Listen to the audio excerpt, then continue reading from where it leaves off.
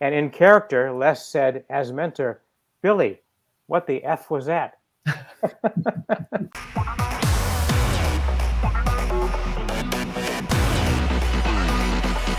Hello and welcome to another edition of GalaxyCon Live, where we are bringing the convention experience directly to you. Today, we jump in our 1973 Dodge open road RV and, maybe go find some trouble. Hopefully, we don't find any today. Let's go ahead and get into it. Please help me welcome at this time, you know him as Billy Batson. Please help me welcome Michael Gray. Michael, how are we doing today? Doing fine, Milo. Thank you. How are you, man? I am doing pretty good. How are things in your part? Where is your part of the world right now? California. California. Yeah. That's a long way from here. And this is your first convention, like your first virtual convention? My first virtual convention and my first convention since a year ago, March, right before the virus hit. So, yeah. Wow. Well, we are super stoked that you are here today. I feel like there's some words we could be saying to bring out our next guest. How about everybody say it along with me on the count of three? 1, 2, 3. Shazam! Shazam! Please help me welcome at this time Captain Marvel, John Davey. How are you doing, man? Doing fine, thank you. It's good to see you. And this is your first virtual convention as well, correct? Indeed, yes, it is. John, I have to ask something before we start getting into this question. I was told, never believe, what you read on the internet. And today that I read that you were a professional boxer and that you actually you were a sparring partner with Joe Frazier. I was a sparring partner with Joe Frazier, and I did box professionally.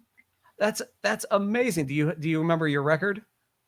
Yes, I do, and I prefer not to. I prefer not to. How is it working with Joe Frazier? I had a record with Joe Frazier. It was easy and hard. It was real easy to find him. It was hard once you found him. Right. Again, I'm stoked to have you guys here. Now, Michael, you were telling me that before comic conventions, you were doing auto shows that were essentially the same thing minus the comics? Exactly. Back in the 70s when Shazam was on, almost every single weekend, got on a plane and flew to a different city. We did the auto show circuit. Same idea as a Comic-Con. You sat there at a table, you signed people lined up at your table, you signed autographs, and got to work with some amazing people back then. All the guys from Welcome Back, Kotter, including John Travolta, Adam West, Burt Ward, Dick Clark, Lee Majors. Got to meet a lot of really cool people back then. It was a lot of fun. That's awesome. John, did you do these car shows as well? I did a few of them, yes, but I didn't do as many as Mike did. A lot more than I did. Maybe that's something we should bring back. They were fun. Yeah. We did so many of them. Sometimes, we finish shooting on a Friday night and get on a plane Saturday morning and come back Saturday night. So I got to the point where sometimes I don't even know what city I was in. I have to pick up the phone in the hotel room and say, what city am I in again? So it was tough. It was work, but it was a lot of fun. Now, you guys are essentially the same person, right? So how does, so you really never got to share screen time. So what was it like being able to watch the other person work being you? It was fun. Yeah. Yeah. Do you have any? Yeah. Do you have any memorable scenes that you were right off of set, but you were watching and you couldn't help but be totally either immersed or laughing so hard? You have any memorable scenes from watching John, or John, do you have any memorable scenes from watching Michael? A few.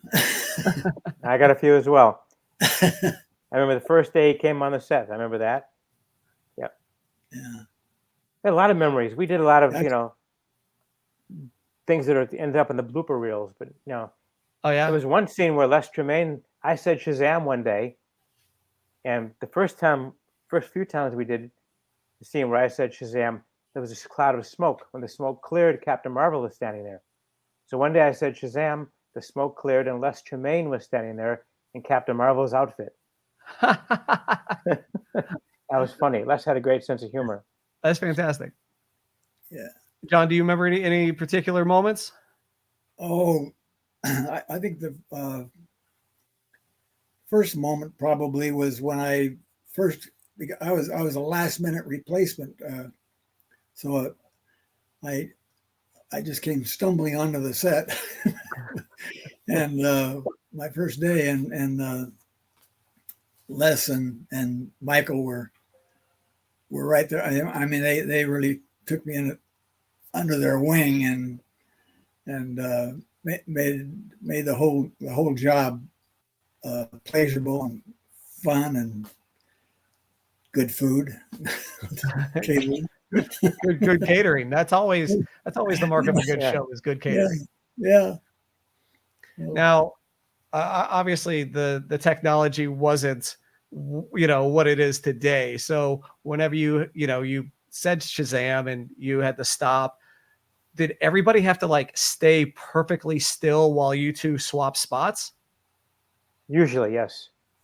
That's The whole crew, everybody in the crew, and all the other actors on the set were very, very professional. Yeah. So yes. How long did they have to stay still, like freeze in the same spot while you guys made that switch? I don't remember. It was only 47 years ago, so I don't remember. They made some technological advancement from the first season to the second, which is when I came on. So I didn't have to do that. They just had some kind of a special effects that through which Michael appeared. Right. And I didn't have to.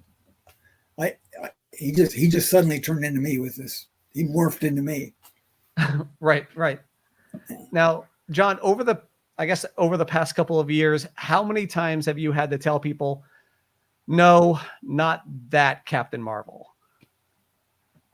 Quite a few times. Yeah, quite a few times. Yeah. Yeah, it's I guess especially since the new movie and with Marvel and stuff like that, and you had to explain to them that no, Captain Marvel was actually a DC character. Yeah.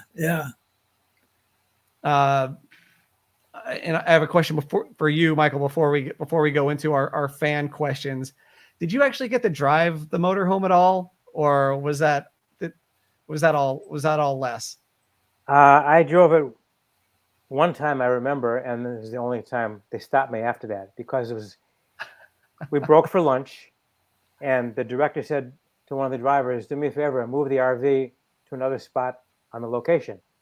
I said, "I'll do it." He said, "Okay." So I got over to the driver's seat. I drove it, but I forgot I was in an RV that was a lot taller than my car, and I hit a branch.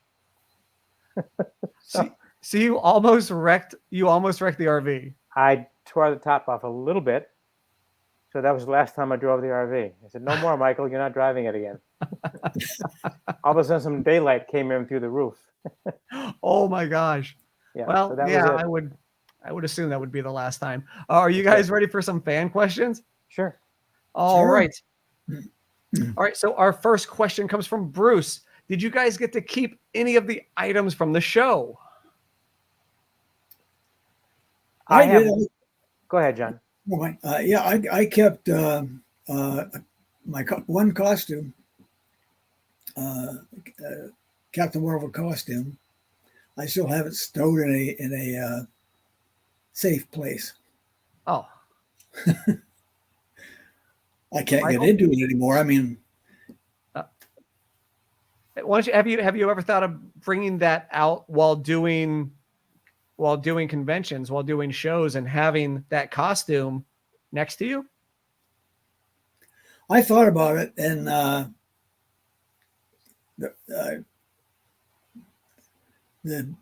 the negative aspect was further than the positive, so I rejected the idea dragging it around with me and trying to keep track of it.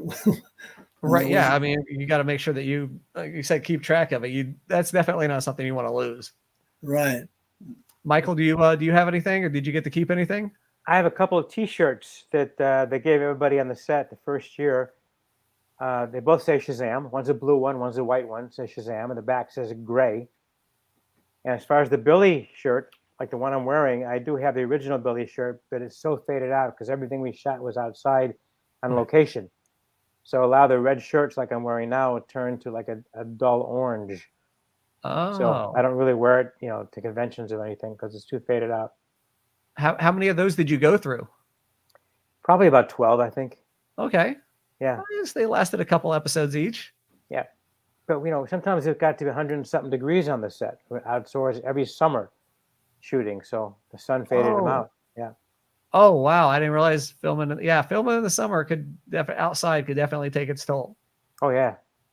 We had a scene one time, Les and I were in the RV, and it was probably about 100 and something degrees outside, plus all the lights outside were aimed through the windshield so they could see us. We were doing a scene, and all of a sudden we heard a crack, and we looked up and the windshield cracked of the RV from the heat of the sun plus the heat of the lights. Well, so I'm sure in that character, put a damper on, we kept in character. Filming that day, huh? Yeah, and it was difficult. It was hot. We were sweating, and the windows cracked. And in character, Les said, as mentor, "Billy, what the F was that?"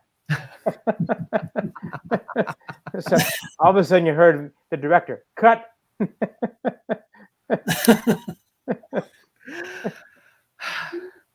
Like you said, blooper reels. All right. Yeah, really. We like to find it. We don't know where no one knows where the blooper reel went. Oh, unfortunately. Too bad. Maybe fortunately. Maybe.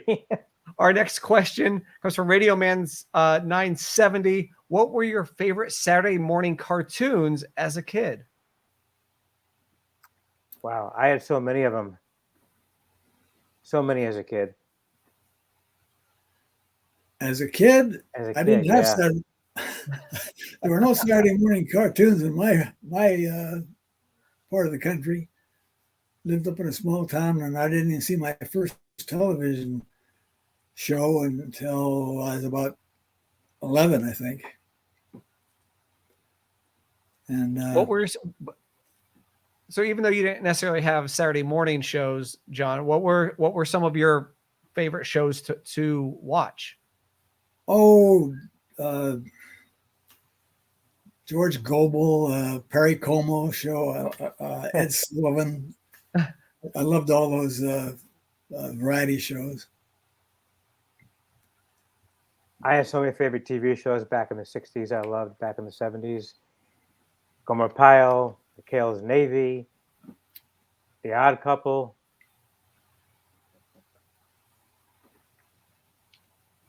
So many shows. I just loved them all. And then you got to work with a lot of those. And then you got to work with a lot of those people on those car shows you were talking about. I did. Yeah, that was pretty amazing. Yeah. That's always cool. I think when you're watching those shows and then you end up working with those people. Yeah, truly. Yeah. Mm-hmm. To work with legends is amazing. It really was. Yeah. All right. Our next question comes from Andre. If you both could play any other hero, good question, who would it be? Superman or Batman? Or Iron Man? It's a great question. And Michael, why Superman or Batman? Well, I grew up watching Superman when I was a kid. My favorite TV series, superhero TV series. And then because I got to know Adam West and Burt Ward, I liked Batman. But George Reeves is my favorite Superman back in the days, and I used to watch the TV series. Loved it. Yep, that was my favorite show when I was a kid. I'm gonna agree. George Reeves was a great. I mean, just looked absolutely like Superman should. John, if you could be another superhero, who would you be? I think the Incredible Hulk. I think I kind of like morphing into bigger than you really are. Now, do you tend to get a little bit angry like the Hulk? I've had my moments. but I don't think I ever posed a threat like he does. You never Yep. ripped off, ripped your No, shirt, ripped your no, pants. Like, no. okay, just making sure, just making sure. Yeah. I think that the Hulk is a good one. Nice. And we Nice. both got to work with Lou Ferrigno at a Comic-Con last year. Oh yeah, Yeah. how was that? Yeah. We did Pensacon, and Lou was there. And I had met Lou probably 40 years before that. We did a benefit, a fundraiser, and I met Lou back then too. So he's a great guy. He really is. Very nice guy. He's very humble. He's very nice. Yes. Did he remember you from meeting you? I while there? reminded him because I met him in the hotel right across from the convention center in Florida. And I said, "Do you remember meeting me at this thing we did years ago?" He said, "We were kids." I said, "Sort of." We're both in our 20s, I think, back then. Yeah. Wow. Time flies, man. Big time. Yeah. All right. Yeah. Our next question comes from Sarah. What was your favorite scene to film? I have so many favorites. One of my favorite episodes and favorite scenes was Little Boy Lost, where I had to go in the water, pick up this little kid, save him and his puppy on the rocks right offshore. So I did my own stunt going in the water. I didn't say Shazam. I think that was my favorite scene, probably. It was a lot of fun. Oh yeah, Wading through the water to grab a little kid and his dog. Yeah. That's great. You got to do your own, you got to be the hero. So yeah. John? I think my favorite scene was also my most unfavorite scene because it required me to go in the water, and it was in the Channel Islands up by Ventura in California, and that was just about the time that Jaws came out, and I grew up in a dry kind of area of Nevada, and I was still, for some reason, I was still afraid of sharks, even up there. So when I was actually in the water, with my yum yellow boots on and my cape, Right. just treading water, and in between, while the cameramen are getting their shot together, and I'm just out there treading water. I'm thinking, any minute now. It's good. Because these great whites, I read a lot about them, and they don't attack you, like just kind of warn you with their fin coming out, and they come out like a bullet out of the bottom and just shoot you clear out of the water. So I just see myself, I'm going to be on tomorrow's news, first shark casualty in the Channel Islands, but it worked out good, and it was a good show. That's great. It's funny that both of your favorite or most memorable scenes both have to do with water. Yes. Yep. Yeah. Well, I guess that's not something that you would normally. No, I mean, obviously you're shooting 99.9% of the time on land, so I guess the water would be a pretty memorable scene. It actually felt good because it was cool compared to the heat. This is true. But John, in that water, so did water make your boots and suit and everything heavy? Yeah.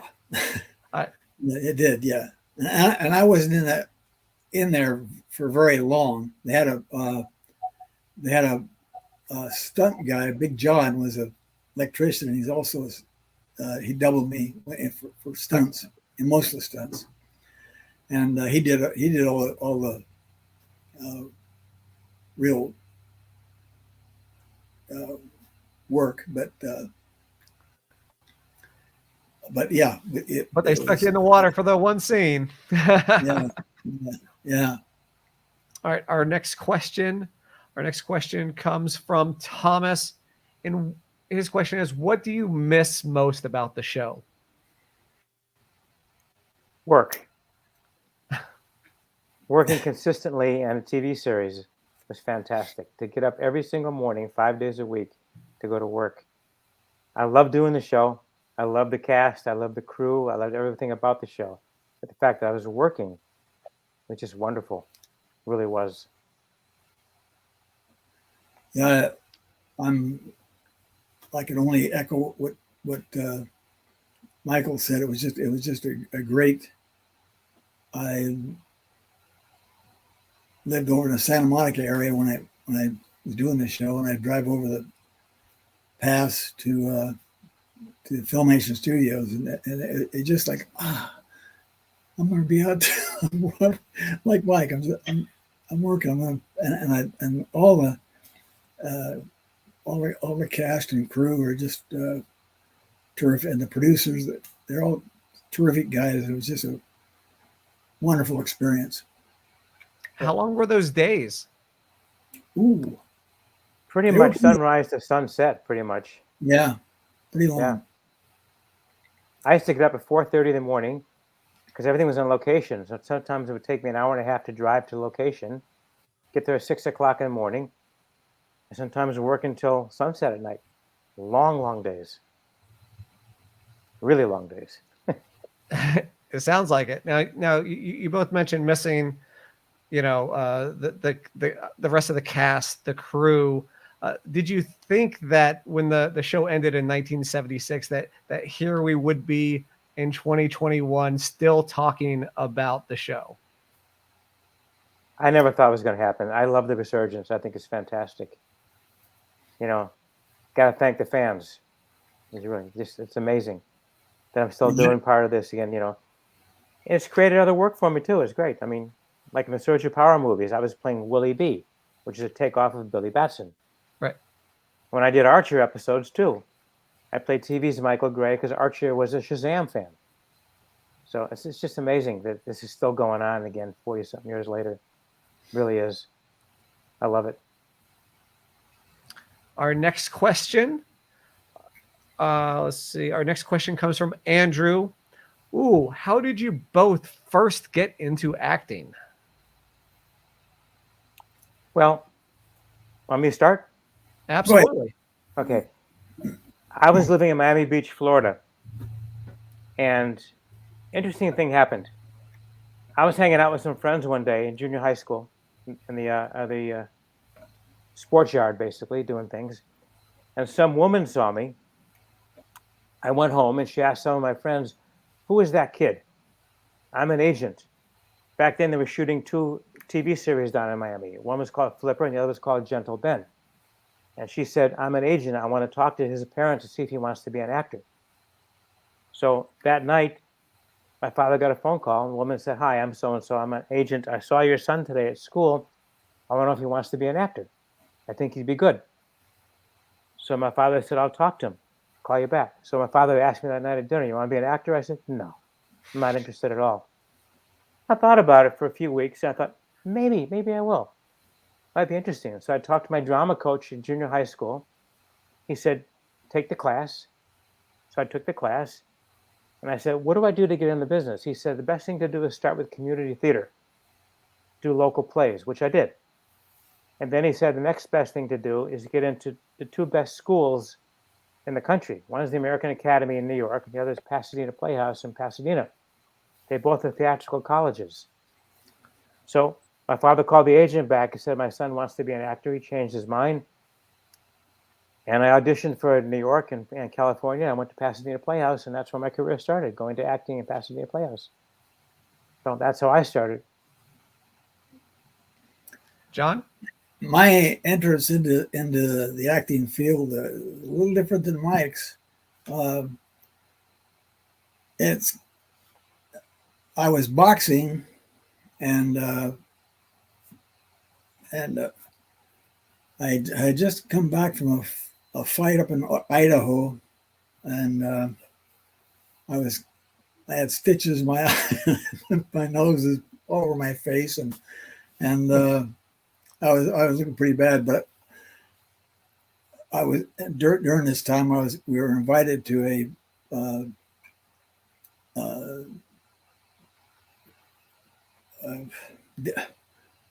what do you call it after the wedding reception. Oh, the reception. Yeah, and see there are damages from boxing. Anyway, we were invited to these friends of ours, and they were holding a reception at a bar across the street from Universal Studios, and the bride's father owned the bar and a bar restaurant, and during the reception, there's quite a few movie people in there because they all wander off, have a drink or lunch or something over at his place, and then go back to the studio. The casting director for extras was one of the guests, and my boxing manager introduced me to him, and and the guy said, "What the?" Because what's a nice kid like you doing a business like that? He said, "Look," and I said, "Well, that's give and take. It's kind of business it is." And he said, "Why don't you get in the movie business?"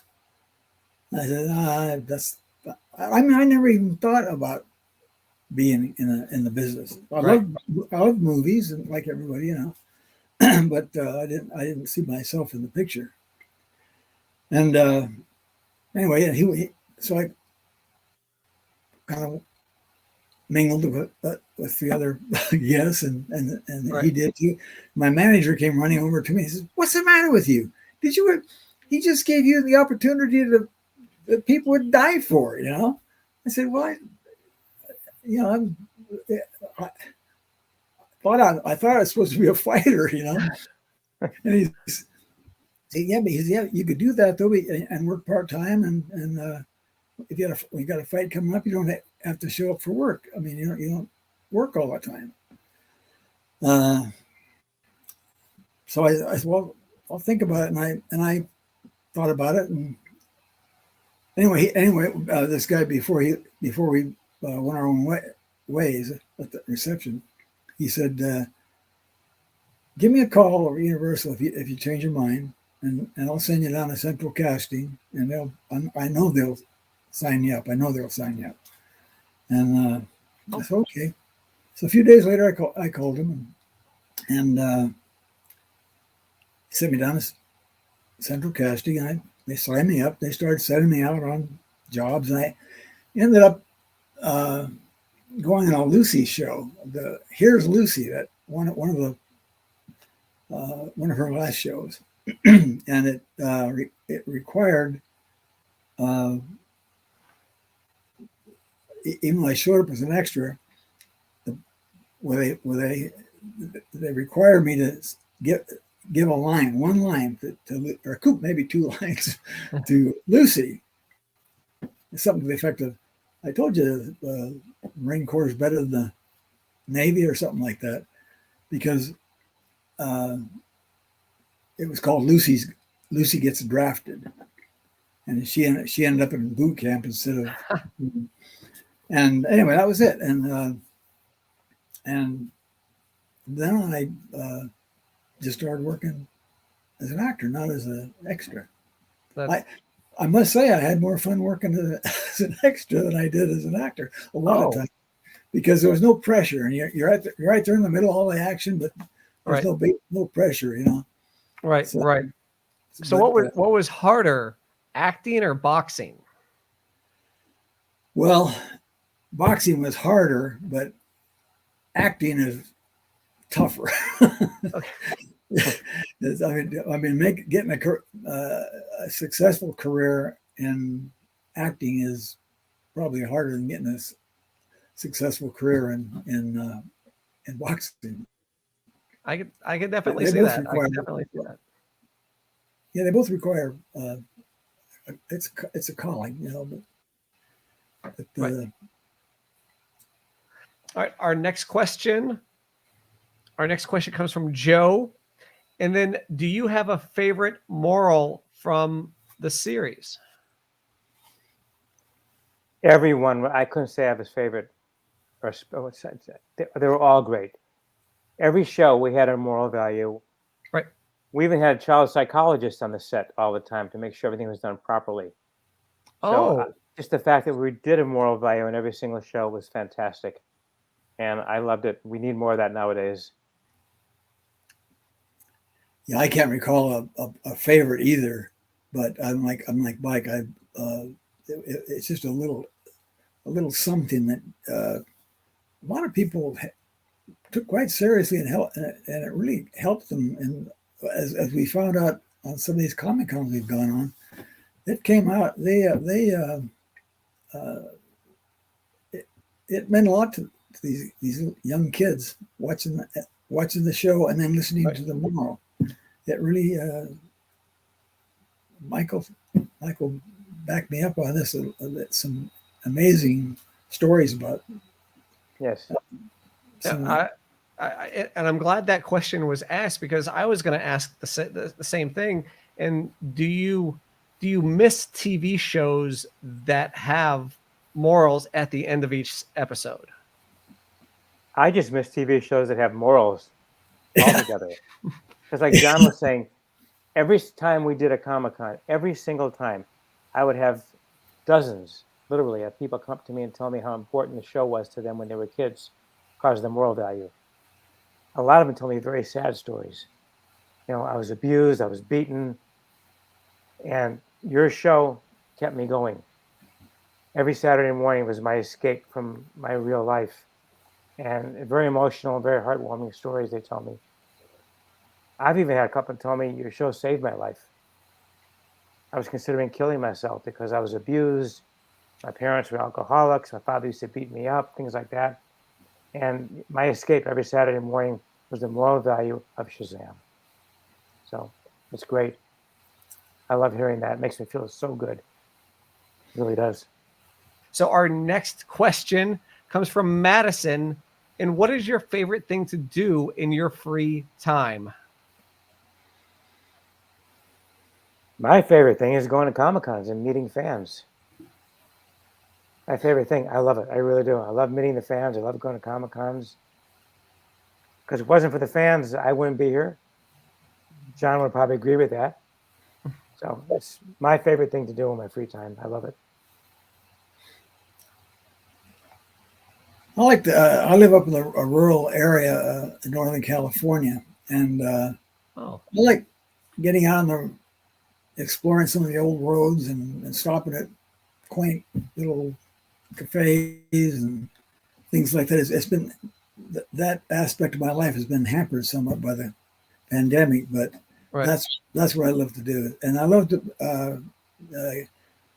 There's the old this old geezer club that I belong to.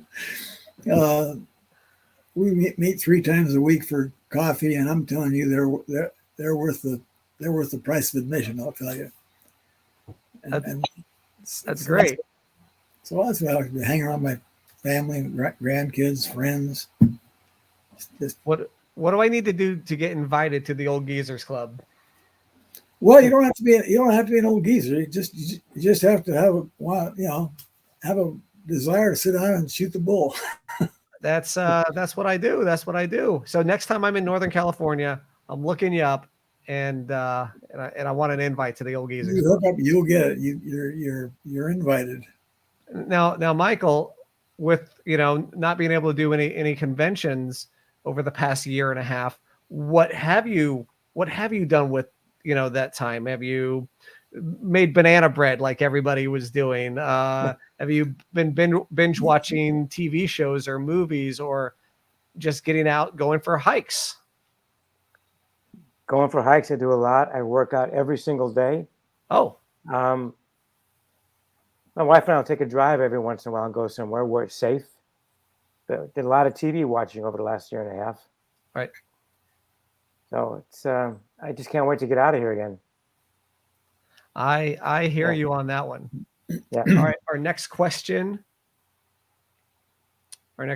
comes from Alex. And then, what is the funniest thing to happen while filming an episode?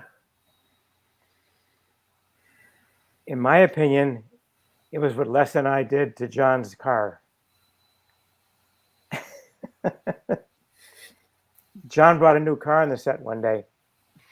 So Lester and I, like I said, we like to do silly things. We both had a good sense of humor. Right. We decided to cover his car with rocks and boulders. So we took a big fabric cushion and covered his car, put rocks and boulders and dirt all over the top of it. It was hysterical. Probably not too smart. You're talking about an ex-heavyweight prize fighter, ex-Marine, and a Captain Marvel, and we're messing with his car. But it was funny. And the other funny thing was when I said Shazam and the smoke cleared and Les Tremaine was standing there in Captain Marvel outfit. That was pretty funny. That's great. Now I'm willing to bet that John didn't think the car prank was funny at all. In retrospect, yes. but I can't think of any specific incidents, but all during our filming on that show, it was a gas, and Les Tremaine was a kick, and Michael and Les they had kind of a little devilish streak, and each had a devilish streak, and there were a lot of funny things happened. Yeah, a lot of practical jokes on the set. A lot of practical jokes on the set. Probably none that we can talk about here, or at least some that we can't talk about here. Probably not, no. Les just had a fantastic sense of humor. Yeah. And he goes back to the 30s, so he has great sense of humor. Funny guy. Now, I saw on Twitter, you mentioned Les earlier this week. What do you think? I mean, he was a man of stage, TV, television. He was like an entertainment guru. What do you think that he would think of these virtual chats, these virtual conventions, and being able to meet the fans electronically? I think he'd love it. Les loved his fans. Like I say, I worked with a lot of legends throughout my career, a lot. Yeah, I think he'd be. And I met a lot of legends Right too. Les was the nicest one, most humble one I've met. Yeah, most talented, humble, nicest guy I ever worked with in my entire career. So he probably loved doing a virtual Comic-Con. That's great. All right, our next question here. All right, what was that, John? This was from Steve. If they made a new Shazam feature film, who would you like to see playing your characters? Good question. I'm out. Oh, a little bit of technical difficulties here from John. But Michael, well, first off, did you see the 2019 film? Shazam? Yes. Yes, I did. Yes. And what were your thoughts on that? I liked it. I thought it was different than ours. Nothing wrong with that. It was funnier. They had a better sense of humor. I liked it a lot. Actually, John and I did Denver Pop Culture Con. We got to meet Zach Levi and Asher Angel and Cooper Andrews. So that's great. Meet 3 people from the movie. It was great. Zachary was great. Asher was great. So was Cooper. So it was fun. Loved it. So if they were to completely redo, are there any Hollywood actors now that you would like to see playing Billy, or is there anybody that you would like to see, playing the Mentor or Shazam, Captain Marvel? That's a good question. I don't know. I think Asher did a good job playing Billy Batson, and I don't know about anybody doing what Les Tremaine did. I don't think anybody can be that competent to play Mentor like Les did, because he was the best in my opinion, and we were very good friends too. So it was nice. Right. It's got to be good when you not only get along with your coworkers, but you become really good friends with them. We did. Yeah. He was like a father figure to me. We became really good buddies, which was great. He was a lot older than me, and we became really good friends. I just liked it a lot. Unfortunately, he's gone now. I feel very bad about it. But even after we finished shooting, I used to hang out with him a lot on weekends, go to the house for dinner. We go places together. It was a lot of fun. All right, there you're back, John. I dropped out there for a minute, didn't I? It's fine. We just talked trash about you. That's all. Oh, that's good. The usual, huh? Okay. Is there anybody in Hollywood that you would like to see play your character, play Captain Marvel, play Shazam?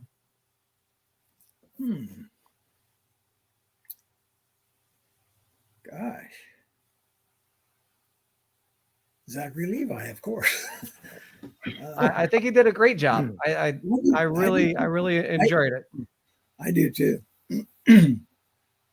All right. So I think we have time for one last question here. Great question to wrap things up. Joe asked, what do you admire most about your characters from the show? I like the fact that I could say Shazam and turn into Captain Marvel. It's pretty amazing. Thinking about that, really. What a great character it was. Yeah. To be able, if I couldn't handle something myself, my own moral values, whatever, to say Shazam and turn into Captain Marvel. And there he is. There he is right there. Yep. John? I think I admired Captain Marvel because he was able to save young children's lives and their confidence in themselves and plus he could fly. All right. Before we wrap up, is there anything left that you want to say to our fans? Are there any messages out there to the folks watching at home or wherever they're watching? I just want to say thank you for watching the show back then, for still watching the show. A lot of fans told me they still watch the show and they watch it with their grandchildren or their children. So it's great. And like I said before, if it wasn't for the fans, there wouldn't have been a show. I love it, my fans. I admire them totally. And the fact that this resurgence is going on, I think is great. But a lot of people told me they still watch it on Blu-ray or DVD, or they watch it streaming on DC. So they still watch the show and they show their children or their grandchildren. I think it's great. John, any last words before we wrap up? Yeah, no, I just, again, I'm going to agree with Michael. It's just for those that are watching this show as we speak, a huge thank you because I know you must have been a fan at one time. And when we're able to see the show and by being here today, you're voicing your approval of that show. And that means a lot to us. Well, it has been my absolute pleasure to host for you today. Thank you for joining us on this GalaxyCon virtual stage that we have here. And thank you to everybody watching at home or wherever you are. And thank you to everybody who asked our questions during our Q&A. Again, just thank you for supporting GalaxyCon, and we hope to really see you guys again. Until next time, be safe.